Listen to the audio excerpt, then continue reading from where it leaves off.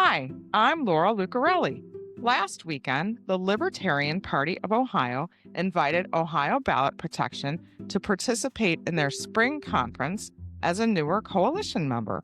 We were happy to attend and ask participants about their participation in citizen led ballot initiatives and referenda.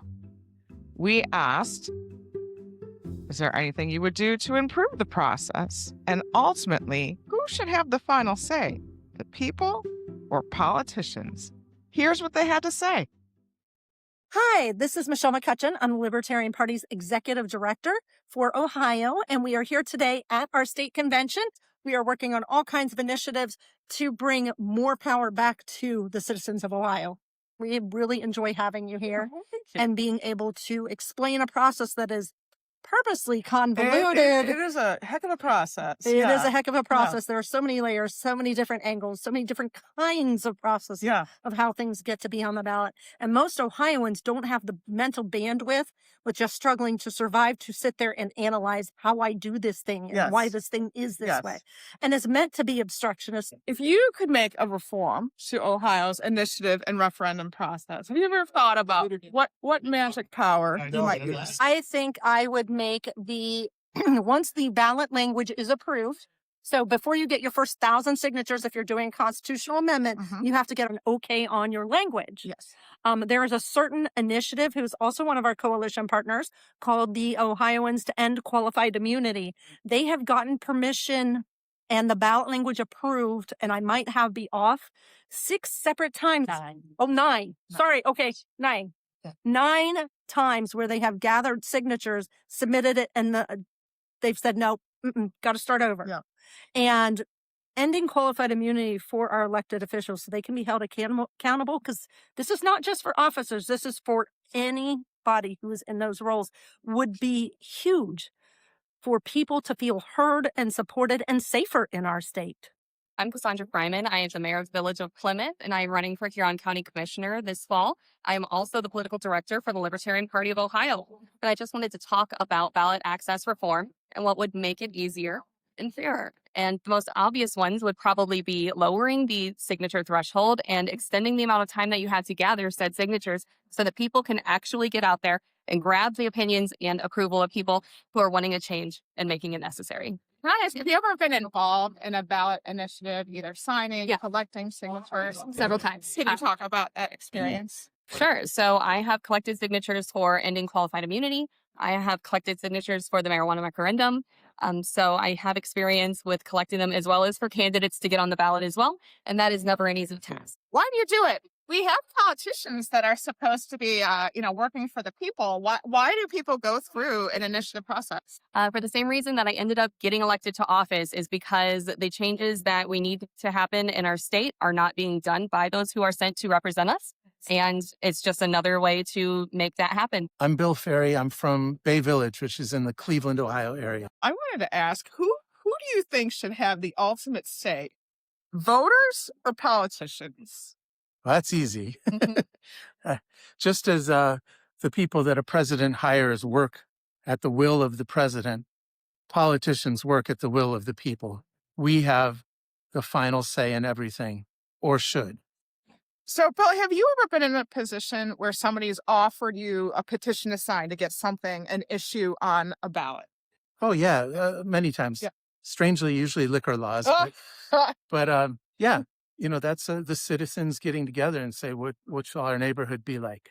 So are you the kind of guy who would only sign a petition for something that you would vote for? Or would you be willing to just get something on the ballot and think about it later? Absolutely. The latter.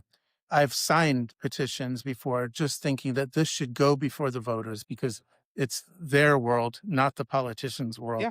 And so, yes, I would do that. So what do you think about the people's power? It's everything. 100%. Everybody works for us, not the other way around. My name is Christopher Elder. I am from the very small village of Paulding, Ohio, and I am running as a Libertarian for state representative in Ohio House District 82. Great. It is very nice to meet you. Right back at you. I was hoping you could tell me how you've been involved in citizen ballot-led initiatives. Have you signed? Have you collected signatures? I have signed, and during the course of my campaign, I've become acquainted with people who are kind of forcing my hand in collecting signatures now too. I'm curious, which are you supporting? So I have already started collecting petition signatures. I did so up in Perrysburg for ending qualified immunity, the flock immigration reform, which I don't think is necessarily a ballot initiative, but it was just something we were working on, and marriage equality. Excellent. All right. So since you've already been involved in the process and you understand the signature requirements and the hurdles, if you could reform the process, what would you do? I think the citizen-led ballot initiatives themselves are representative of how our government works, right? Government of the people, by the people, and for the people. And we've grown a little bit lazy in electing officials that do it for us, and then we generally keep hands up. So the board that certifies the language for these petitions needs to be more open and honest and independent.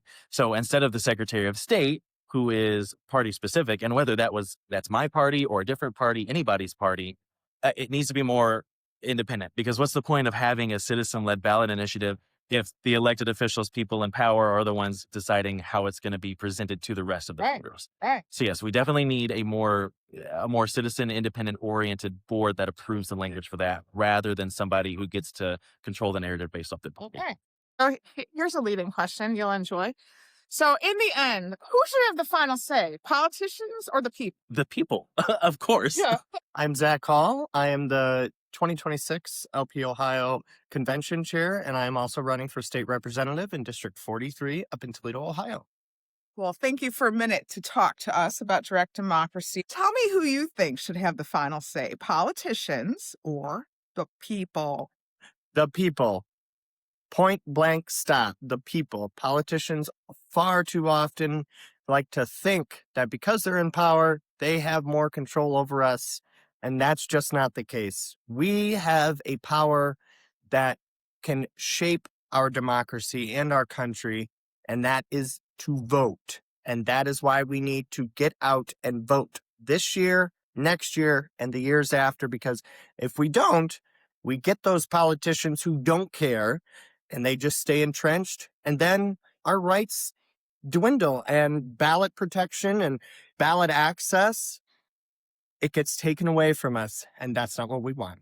Ohio Ballot Protection is focused on the citizen initiative and referendum processes. And that's a special tool that allows Ohioans to bring things directly to other voters. Right. Tell us if you've been involved in any initiatives and how you feel about that. Yes, I was involved in the legalizing marijuana and making it just like alcohol, so to speak. And it really brings a different aspect to campaigning, especially when now I'm a candidate. Definitely not the same when you're trying to bring initiatives or amendments to the ballot. There's a lot more hurdles, a lot more legal mumbo jumbo that the law just requires those of us who are trying to make that happen get to where we want to be. Hello, my name is David Edward Getter, and I am running for the Ohio 9th for Congress. Who do you think should have the final say, politicians or voters? It should obviously be the voters. And Why is that? well, I mean, we have a problem right now where I think most Americans can recognize that the two-party system isn't working for us. The people that we are electing to represent our values aren't representing our values. The system exists, number one, to protect itself as a system. Number two, to protect its mega corporate and billionaire donors. And number three, for the people only, and if it can be bothered. And we have to get the system to be bothered more often, because the people are the ones who are really here. The corporations, I think, will do fine. The people are the ones that need help. You are probably aware that in Ohio, we have the power to bring initiative and referendum directly to the ballot. I love that. Yes. And I don't know if you've been aware, but there have been some malfeasance. Some, people tried to get on and there have been blocks and things. And I'm just curious, do you think it's right for reform? And if so, what would you recommend?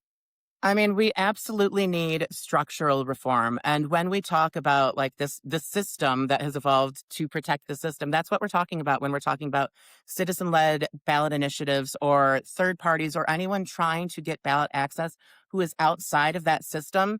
The only time the two parties will unite on anything is if they want to keep somebody out. So suddenly they're bipartisan on opposing ranked choice voting or anything that would give more direct democracy to people. Suddenly, the two parties unite against it because they only exist for their own interests. Okay, so people, when a person brings something or a group to the ballot, so voters get that say outside of our politicians. How do you feel about that specific power? That specific power is glorious, and I love to see it. And we've exercised it here in Ohio. We did it successfully when we decriminalized marijuana, and we also protected abortion access here in Ohio. And we did that through citizen-led ballot initiatives. And it turns out that's the only way to get some of these things done. The people that we elect to represent us, again, are not representing us. They're representing the system that exists to protect itself. These citizen-led ballot initiatives have made major changes in lives. On issue 2, I mean, I have CPTSD, and if without my marijuana, I would probably go bonkers. So, it meant something to me. So that's another perfect example of where the citizens' voices are silenced by the people that we elect to represent us. We passed marijuana decriminalization through issue 2 last year, and we passed it overwhelmingly. And we did that. And we did that outside the system. Even if one side pretends to oppose it and the other side pretends that they're for it, at the end of the day, it was a citizen-led ballot initiative that got us there. And I think that really says something. Yeah. But now here in Ohio, they're trying to roll back the rights that we demanded for ourselves. We got them on the ballot. We demanded change and we voted for them. And now they're trying to roll it back and say, you know what? Turns out you didn't know what you wanted or needed. I know better. And I respectfully disagree. And we're going to start with respect. And if you don't start listening, we're going to get to disrespectful right quick. Hey, my name is Ron Grethel. I'm running for Ohio State Rep for District 62. I'm an Ohio Army National Guard veteran. I'm Loveland native. And I personally have signed petitions for things like anti-gerrymandering in the state of Ohio. It's had mixed success. And I voted for citizens' ballot initiatives that have gone on there, specifically legalizing access to abortion and legalizing marijuana in the state of Ohio. Those are things that I voted for. It's great. We should be able to do more with it. So my question for you is, we have elected representatives and whether it's somebody you voted for or not, we're entrusting power in our politicians. Who ultimately should have the say in our politics? Is it the politicians or the voters, and why? You're turning on my political science degree now. So there's this, do we elect people that we think will be good stewards? And then really we just defer to their incredible intellect and ability.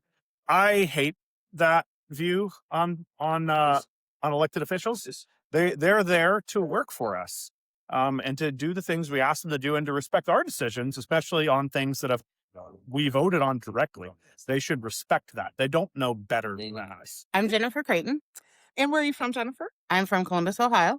Excellent. I was hoping we could talk to you about the ballot initiative process. Can we do that? Absolutely. Awesome. Well, tell me, have you signed a petition lately? I have signed a petition. The big one is Our City, Our Say. Okay. It is a Columbus citizen-led ballot initiative to say that we want ward voting. So right now, our council is set up at large, and it muddies the water. Okay. Our neighborhoods are different. We have different needs. So I am big on making sure that everybody has a voice. Excellent. And why is that so big? It's big because I feel like the government should work for the citizens. They are representative of who we are, and we should get the final say. Like, we voted you in, but you represent us, but it's our voice that matters. Have you been involved ever in putting an initiative on the ballot? Currently, right now, and I'm going to go super local, the city of Columbus made a terrible deal over a park that was in an underserved community. They gave it to the Haslam Sports Group to try to get the NWSL. And while I'm not against professional women's sports, I love to see it. Columbus is a soccer town, so we would want that. Yeah. But you took a park away. So what I'm doing is I formed a community response team, and we will be working to put initiative back on to open up that discussion to see if we can move that training facility and get our heart back. Good for you. Best wishes. Thank Thank you. Thank you for your time.